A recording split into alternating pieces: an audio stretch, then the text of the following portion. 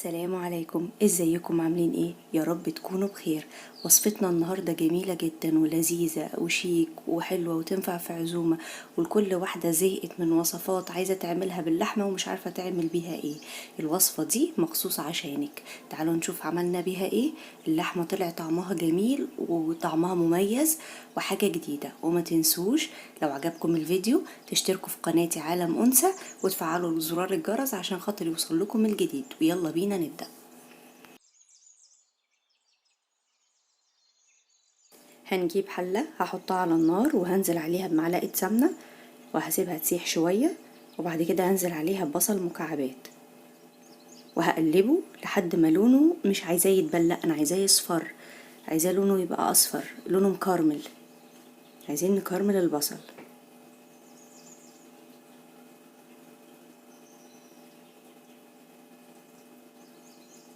بالشكل ده كده. تمام. هنزل عليه بقى دلوقتي بتوم، معلقة توم، وهقلبهم مع بعض كويس لحد ما ريحة التوم تظهر. ما ينفعش التوم يبقى بعد ما ريحته تظهر تسيبوه على النار لانه هيتحرق وهيبقى هيمرر في الاكل. اول ما تشمي ريحة التوم تنزلي على طول. دي بقى لحمة مكعبات انا سلقاها علشان انا محتاجة الشوربة بتاعتها فسلقتها، وكلنا اكيد بنحتاج الشوربة، فبنبقى مش عارفين نعمل ايه باللحمة نفسها المسلوقة.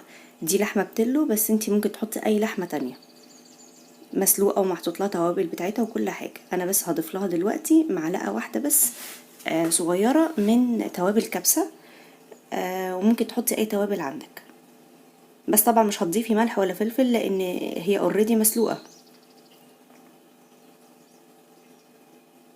هنزل عليها بقى بحوالي 4 معالق شوربه بس عشان خاطر تلم المكونات كلها مع بعضها والبصل نفسه يستوي، وهقلبها كويس جدا لحد ما المكونات كلها تشرب الشوربه،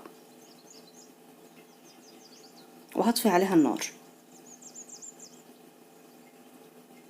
هروح بقى اجهز دلوقتي التتبيله اللي هحطها على اللحمه. عندنا كوبايه زبادي وحوالي معلقتين طحينه كبار، هقلبهم مع بعض كويس جدا.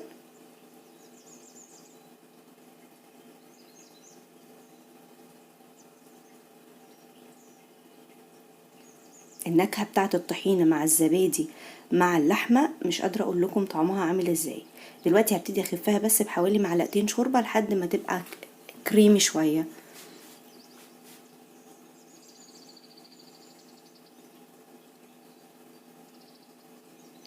بالمنظر اللي احنا شايفينه ده. شكلها كريمي خالص، بقى صوص كريمي.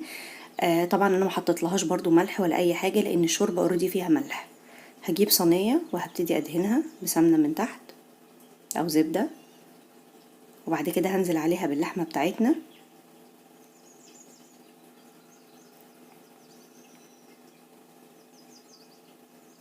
بس الاول هحط معلقه صوص من اللي احنا عاملينه مع اللحمه واقلبها معاها،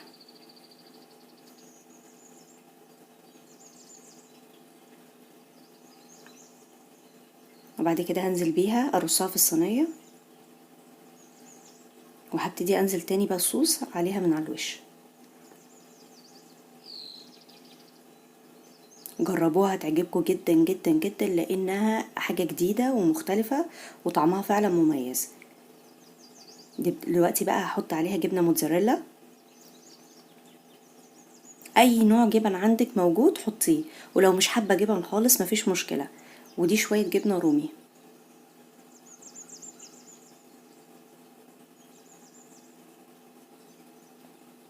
عايزه تحطي حاجه تانية، زيتون، مشروم، اي حاجه تانية ممكن تحطي، فلفل الوان، يعني ده متروك لذوقكم. انا دخلتها الفرن وطلعتها من الفرن، هي يا دوبك اخدت 10 دقايق، 5 دقايق بس من تحت، وبعد كده 5 دقايق على الوش من فوق، وطلعت بالمنظر ده. جبت بقى هقدم معاها دلوقتي رز بسمتي اصفر، وده هعمله لكم برضو في مرة تانية بالجزر، حطله جزر طعمه حلو جدا. وهوريكم دلوقتي اللحمة، حاجة رائعة رائعة،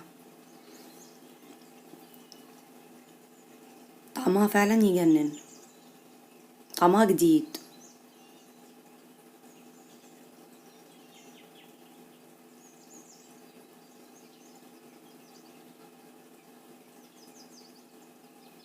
الوصفة دي هتنفعكوا كتير جدا في موضوع ان انتي تسلقي اللحمة، تبقي محتاجة شوربة ومتبقيش عارفة تعملي ايه باللحمة اللي سلقتيها، فدي هتنفعك جدا.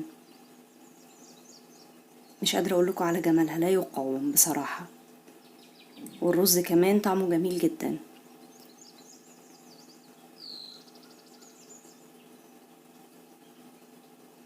طعم الجبنة مع الطحينة مع الزبادي مع اللحمة والبصل اللي كرملناه، يعني عامل طعم جميل جدا. الريحة كمان جميلة قوي. انا خلصت الفيديو، بس فاضل اخر حاجة معلومة تهمك. ومعلومتنا النهاردة بتقول لو انتي مستعجلة وعايزة تسوي اكلة بسرعة وما عندكيش حلة بريستو، فانتي تقدري تعمليها بنفسك. حطي ورق زبدة على الحلة اللي فيها الاكل وعليها ورق فويل، وحطي فوقيهم غطا الحلة، بقى عندك احلى حلة بريستو. معلومتنا خلصت والفيديو خلص، اشوفكم على خير.